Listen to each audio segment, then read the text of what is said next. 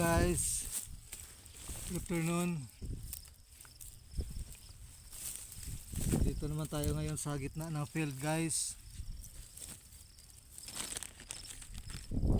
Kain muna tayo.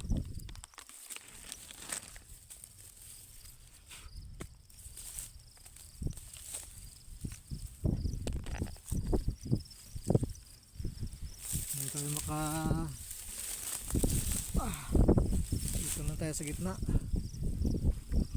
Kain tayo guys, rice saka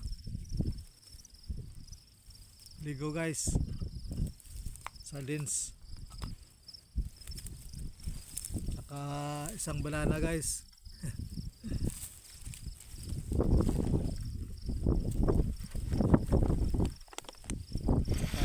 Saka tubig. Oh no, nalaglag. Okay, sorry. Ito tayo ngayon guys sa gitna ng field guys.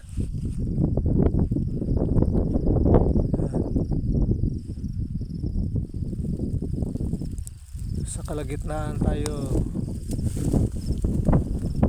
ng field.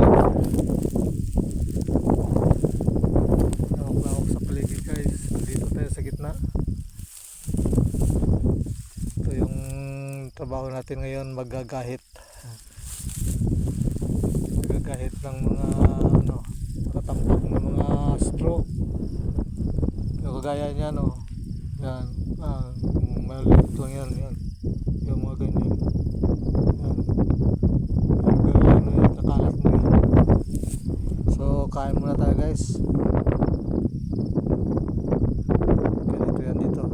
Ito yung buhay dito sa trabaho natin sa farming sa Canada. Business lang guys, wala tayong magawa dahil ito yung pangarap nating buhay.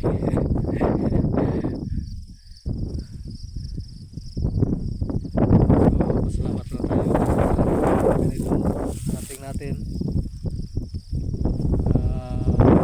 Pwede pa rin tayo sa awa ng Panginoon.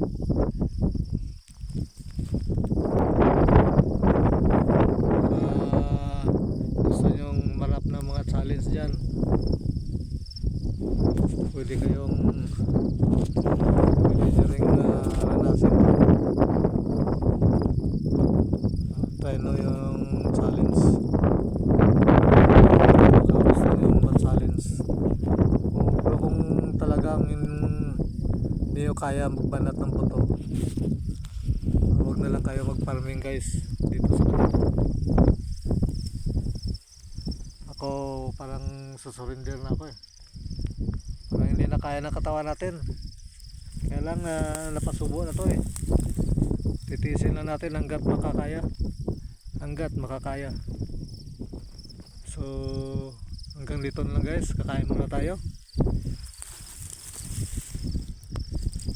Pasalamatan na natin sa Panginoon itong biyaya na kamit natin. Mga Pinoy dito, yung mga Canadian ayaw magtrabaho ng ganito. Pinoy lang gumagawa ng ganito guys. Mga taga rito guys, ayaw nito ganito trabaho. Okay guys, God bless us all. Yun, mayroong bahay doon sa gitna pero walang tao yan dyan. Dito, mayroon doon sa kabila din.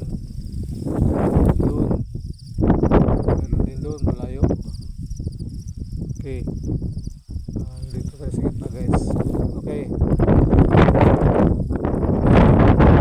Sundays panoorin yung susunod na video.